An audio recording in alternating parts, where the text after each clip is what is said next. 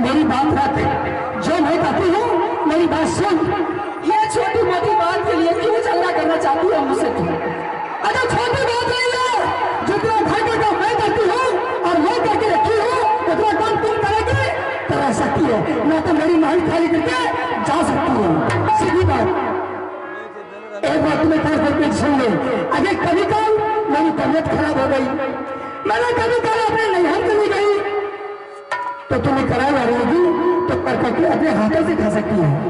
इसमें काम काज की क्या जरूरत है? जब मेरी वाणी काम करती आ रही है तो तुम्हें क्या जरूरत है मेरी काम आने की? अतीत जमाना खराब है, अगर एक रोज कोई मेरी वाणी देगी या लेरसरी बसरी कोई नौकरी कर देगी तो 17 रोज उन्हन से भूखा तोड़ देगी। इसमें काम काज करने की क्या आवश्यकता है? जब मेरी वाणी तुमको काम कर रही दे रही है तो फिर मेरी क्या आवश्यकता है? तुम्हारी जगह बकवास कर रही है तू। मैं बकवास करूंगी, मेरी कानून है, मेरी कानून से जो मैं कहूंगी वो तुम्हें करेगी तो रहेगी, न तो घर से खाली कर। आज तुम्हारी मन में किसी दूसरी तरफ की बात ही आ रही है, बस एक ही बात मैं बोलूंगी। ना जाने मेरी गोतनी में ऐसा कभी भी बता कभी नहीं हुई थी, लेकिन आज जो तुम्हें जहर की तरह बात उभर रही है ये जाए कहीं पूरे घर में न फैल जाए। तुम्हें पता नहीं कि महिलाओं की झगड़ा कितनी बड़ी हो जाती है। महिलाओं का झगड़ा वो झगड़ा है बाप कि ना मर्द को चैन से जीने देता है ना चैन से सोने देता है। अगर महिला माल के बारे जाएगी, राजा दरबार के बारे मालिक है, वह दरबार के बारे कर सकते हैं, जो मैं कहूँगी वही करो। ये छोटी मोटी बात के लिए मुझसे तुमने झगड़ा करना चालू कर दिया। ये महिलाओं का झगड़ा इतनी बड़ी हो जाती है कि संभव असंभव हो जाता है। तुम्हें पता नहीं है वहां झगड़ा के बारे में क्या कह रही है। मैं कुछ नहीं समझता। तुमने छोटी मोटी बात के लिए मुझसे तुमने झगड़ा करना चालू कर दिया। यह झगड़ा मैं जाकर के अपने पति को बोलूंगी, तू भी जाकर के अपने पति को बोलेगी, दोनों भैया आज गोत्री में झगड़ा हो जाएगा, कल भैयारी में झगड़ा हो जाएगा, परसों बेटा में झगड़ा हो जाएगा, घर फूटने के बर्बाद हो जाएगा। तुम्हें क्या फायदा मिलेगा? नहीं हम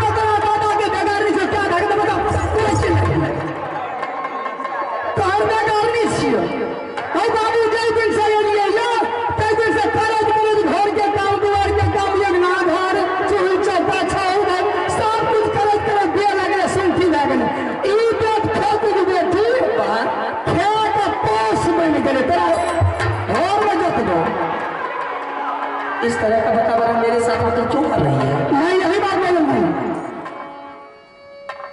झगड़ा मत कर मुझसे, मेरी बात सुन। हे जबर हनी गे पाटरले छटकी गे, हे जबर की हाय सगचा,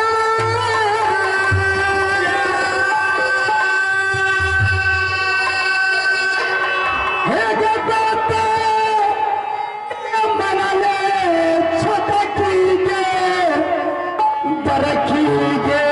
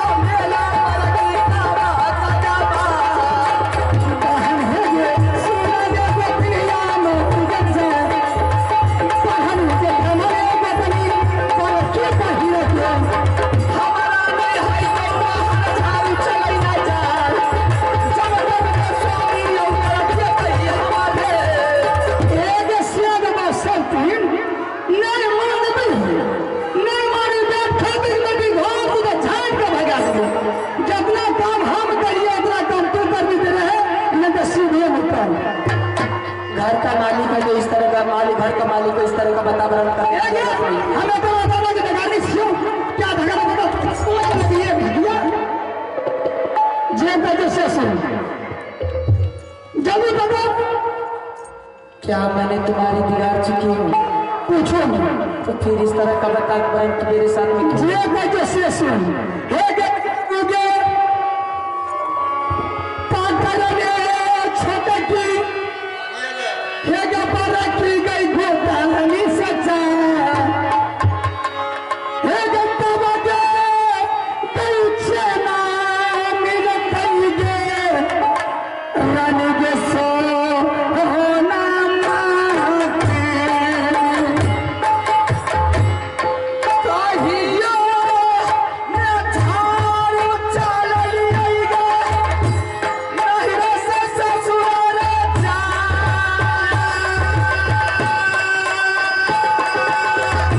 कहियो मैं झाड़ू चल लिएगा नहीं से ससुराल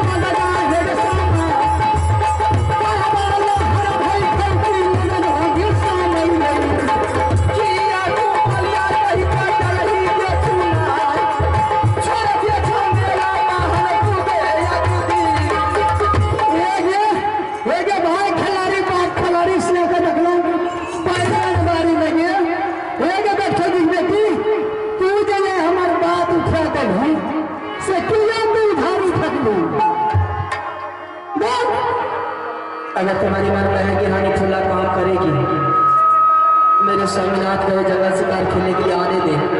मैंने सारी बातें बता बता मैंने अपने स्वामीनाथ को बोलूंगी। स्वामीनाथ अगर बोल देंगे रानी जो मेरी भाभी कार्य वही तुम कर तू से बजे भी कहे जंगल जंगल चले तो ओकरा कभी की कहते से या तो तेरा चूल का फूल दे चूल फूल दे क्या भाग दे दादा लोग को चल फिर खाओ ये बजे से तो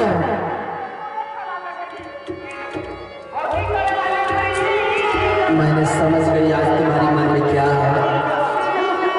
जिस घर में माँ लक्ष्मी की विराजमान है उस घर को तुमने जला करके राम करना चाहती है। जिस घर में सुमति है उस घर में विपत्ति का ढेर लगाना चाहती है तुम। जिस घर में भैयारी का मिलाता है उस भैयारी को तुमने खून खटरा के होली खेलना चलवाना चाहती है। खून की होली खेलने के लिए मजबूर कर देगी तुम दोनों भैयारी को। क्यों इतना मजबूर कर रही है मुझे? राजा दरबार के मालिक से मोदी घर के मलकिनी छी जे कबे से करे करतो नहीं तो आज आप खबर में कि झाई की देबो जल्दी घर खाली कर बहाना है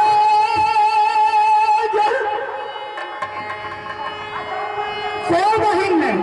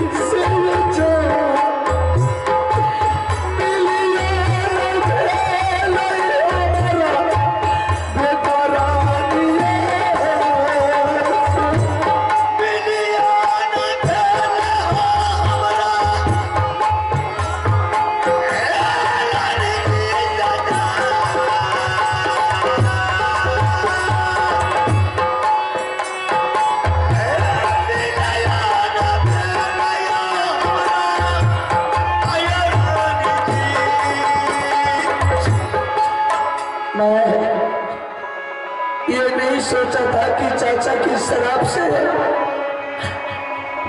मेरा लोहा का बदन में जंग समा जाएगा। मैंने सोचा कि चाचा जी को धमकी दे देंगे तो चाचा जी चले जाएगा, और ये मैं सोचता कि चाचा के शराब से मेरा बदन को ऐसी दुर्दशा होता तो मैंने उस वक्त अपना बेटा दे देता। आज कलबज स्कूल में सबका पिता अपने अपने बेटा से मुलाकात करने के लिए जाते हैं ना, और आज मेरा बेटा मेरा भी इंतजार करता होगा कि कब मेरे पिताजी आए।